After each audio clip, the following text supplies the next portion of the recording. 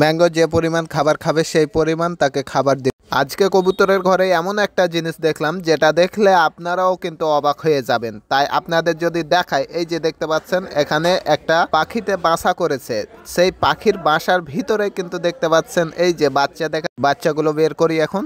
আসসালামু আলাইকুম, কেমন আছেন সবাই? আজকে আমি আমার পাখির রুমের যে জানালাটা রয়েছে সেই জানালাটায় কিন্তু আমি নেট দেব।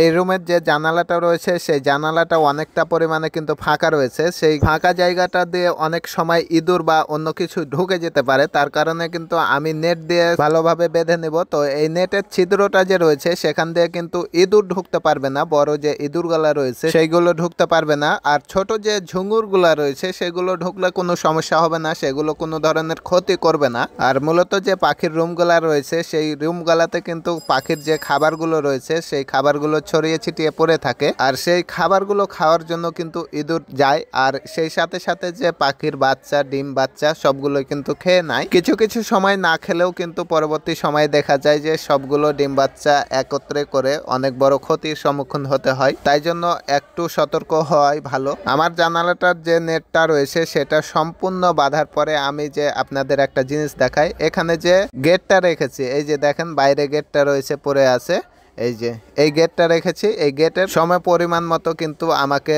যে নেটটা দিয়েছি সেই নেটটা কেটে নিতে হবে, কারণ আমি এখান দিয়ে যে আমার ম্যাঙ্গো পাখিটা রয়েছে আর আমার যে অন্যান্য যে পাখিগুলো রয়েছে সেইগুলো এখান দিয়ে যাওয়া আসা করবে। আর আমি যদি আমার ম্যাঙ্গোর পিতামাতাকে দেখাই, আপনারা দেখতে পাচ্ছেন এখানে ম্যাঙ্গোর পিতামাতা, তাদের কিন্তু মল্টিং চলছে এখন বর্তমানে। তাদের যে বক্সটা রয়েছে সেটা আমি বের করে নিয়েছি, তাদেরকে কিছু সময় রেস্ট দেওয়ার পরে কিন্তু তাদের ডিম বাচ্চা নিব।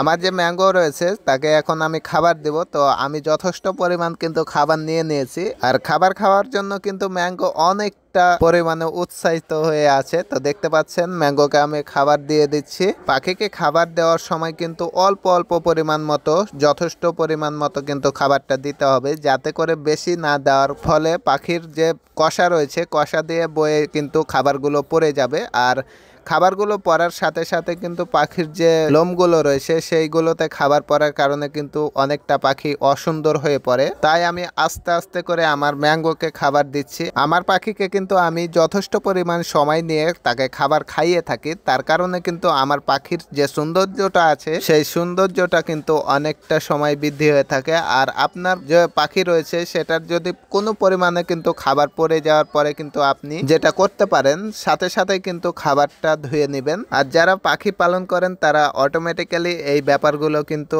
আপনাদের মাথায় এসে যাবে। তাই আপনার পাখিকে যত্ন সহকারে আপনি যদি খাবার খাওয়ান তাহলে আপনার পাখির স্বাস্থ্য এবং সৌন্দর্য ঠিক থাকবে। আজকে কবুতরের ঘরে ঢুকে কিন্তু মনটা ভালো হয়ে গেল, তার কারণ হচ্ছে আপনারা দেখতে পাচ্ছেন এখানে বাচ্চা রয়েছে, ওখানে বাচ্চা রয়েছে, আরও দেখায় এখানে ডিম রয়েছে, এখানে বাচ্চা রয়েছে। প্রায় প্রতিটা খোপে কিন্তু সব কিছুতেই কিন্তু ডিম বাচ্চা রয়েছে। তো আপনাদের যদি দেখাই, যে দেখতে পাচ্ছেন সবগুলোই কিন্তু ডিম বাচ্চা রয়েছে। আর সব থেকে ইন্টারেস্টিং ব্যাপার হচ্ছে যে কবুতরের ঘরে এই যে দুইটা ডিম রয়েছে, ওর পাশে কিন্তু এই যে যে খোপটা রয়েছে ওর পাশে কিন্তু দেখতে পাচ্ছেন একটা বাসা রয়েছে। তো এখানে আমি দেখতে পাই না, তাই জন্য আমার ফোনটা আমি সেখানে ভরে দিলাম। এরপরে ভিতরে কি আছে দেখার চেষ্টা করি। তো আমি এখনও কিন্তু দেখতে পাইনি। তো পরবর্তী সময়ে আমি কিন্তু মনে করছিলাম কি যে এখানে বাচ্চা আছে। তো কয়টি বাচ্চা রয়েছে সেটাও আমি দেখিনি, তাই জন্য আমি বাচ্চাটাকে বের করলাম। তো পরবর্তী সময়ে আমি দেখলাম কি যে একটাই বাচ্চা রয়েছে। তো বাচ্চাটা মাশাআল্লাহ অনেকটা সুন্দর, লেদা একটা বাচ্চা। তো এখানে আশেপাশে কিন্তু দুইটা শালিক পাখি ঘুরে বেড়ায়। তো আমার মনে হচ্ছে সেগুলোরই বাচ্চা। তো আমি পরবর্তী সময়ে দেখব সেগুলোর বাচ্চা কিনা, আর দেখার পরে কিন্তু আপনাদেরও দেখাবো। তো এখনও বোঝা যায় না কি যে এটা কিসের বাচ্চা। আর সেখানে অনেকগুলো খড় রয়েছে, তো খড়গুলো দেখে আমি মনে করতাম যে সেখানে কবুতরে খড় তুলেছে। তো সকলে সুস্থ থাকবেন, ভালো থাকবেন, আল্লাহ হাফেজ।